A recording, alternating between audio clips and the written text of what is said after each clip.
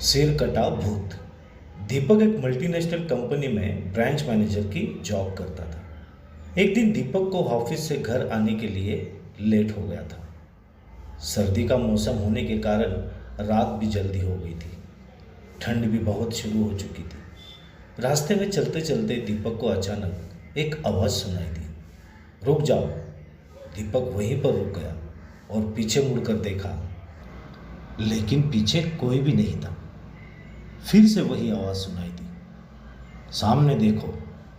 जैसे ही दीपक ने सामने देखा तो उसे जमीन पर कुछ चमकती हुई चीज़ दिखाई दी। दीपक दौड़ के उस चीज़ के पास गया और देखा तो ये कोई साधारण चीज़ नहीं थी, बल्कि एक चमकता हुआ हीरा था।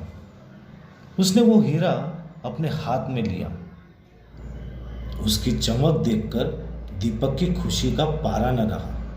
लेकिन दीपक को कहाँ पता था ये कोई साधारण है या नहीं, बल्कि एक मायावी हीरा है। अचानक उस हीरे में से आवाज़ आई, अगर तुम्हें और हीरे चाहिए तो इस जमीन को खोद दो।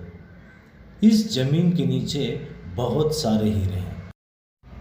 दीपक खुश हो गया। उसने उस हीरे को अपनी जेब में डाला और जमीन खोदना शुरू कर दिया। करीबन 2 फीट खोद काम करने के बाद अचानक दीपक डर के मारे चिल्लाने लगा। इसके कारण उसका संतुलन खो गया और जमीन पर गिर पड़ा, क्योंकि उस गड्ढे में से हीरे मोती नहीं बल्कि किसी इंसान का कटा हुआ सर मिला। अचानक वो सर हवा में उड़ने लगा और बोला, डरो मत, मैं तुम्हें कोई हानि नहीं पहुंचाऊंगा। मैं तुम्हें बहुत सारे हीरे जवाहरात भी दूंगा। बस मेरी एक बात ध्यान से सुनो, मैं जहाँ जाता हूँ वहाँ मेरे पीछे आओ। फिर वो सिर हवा में उड़ा और जंगल की ओर बढ़ने लगा। करीबन 1 किलोमीटर चलने के बाद वो सिर रुक गया। दीपक भी रुक गया। फिर उस सिर ने दीपक से कहा, इस जमीन के भीतर बहुत सारे हीरे मोती जवाहरात छिपे हुए हैं। इस जमीन पे खोदकाम शुरू करो। दीपक खुश हो गया और उस जमीन को खोदना शुरू कर दिया।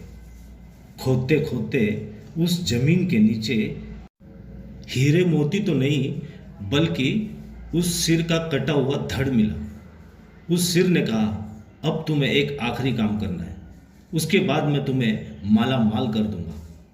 तुम्हें कहीं से भी 1 लोटा खून लाना होगा। दीपक ने बोला, 1 लोटा खून मैं कहाँ से लाऊंगा? उस सिर कटे ने कहा, चलो मेरे साथ। वो डरावना चेहरा दीपक को साथ लेकर थोड़ी दूरी पे गया।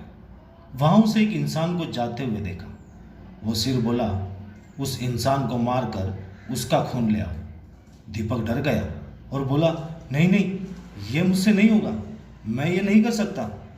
अगर तुमने ये काम नहीं किया तो मैं तुम्हारे पूरे परिवार को मौत के घाट उतार दूंगा। दीपक ने मजबूरी में आकर उस आदमी को मार डाला और उसका खून लेकर उस सिर के पास आया।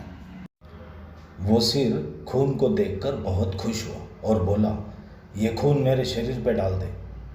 उस सिर के कहने पर दीपक ने खून उसके शरीर पर डाल दिया। फिर कुछ देर में वो कटा हुआ सिर उस शरीर पे जुड़ गया। यह सब देखकर दीपक की हालत अब खराब होने लगी। वो उस भूत को देखकर काफ़ी डर गया। जैसे ही वो भूत जिंदा हुआ तो वो जोर जोर से हंसने लगा और डरावनी आवाज़ में बोला, तुमने बहुत बड़ी गलती कर दी, मुझे फिर से जिंदा कर दिया। अब मैं सिर्फ तुम्हें ही नहीं बल्कि इस पूरे शहर को मौत के घाट उतार दूंगा। डर के मारे दीपक के मुंह से आवाज़ भी नहीं निकल पा रही थी।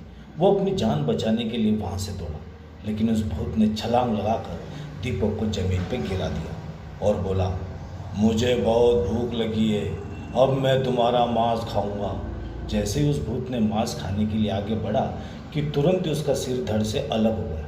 दीपक समझ नहीं पाया कि आखिर ये चमत्कार हुआ कैसे। जब दीपक ने पीछे मुड़कर देखा तो एक अघोरी बाबा खड़े थे। उस अघोरी बाबा ने कहा, जब तुम इस आदमी को मारकर उसका खून ले जा रहे थे तभी मैंने देख लिया था और समझ गया कि कुछ तो बुरा होने वाला है। इसीलिए मैं तुम्हारे पीछे पीछे यहाँ तक चला आया और मैंने अपनी मंत्र की शक्ति से उस भूत को फिर से मार दिया। अब तुम निश्चिंत होकर अपने घर जाओ। दीपक आज भी उस घटना को जब याद करता है तो उसके रोंगटे खड़े हो जाते। वो बहुत ज़्यादा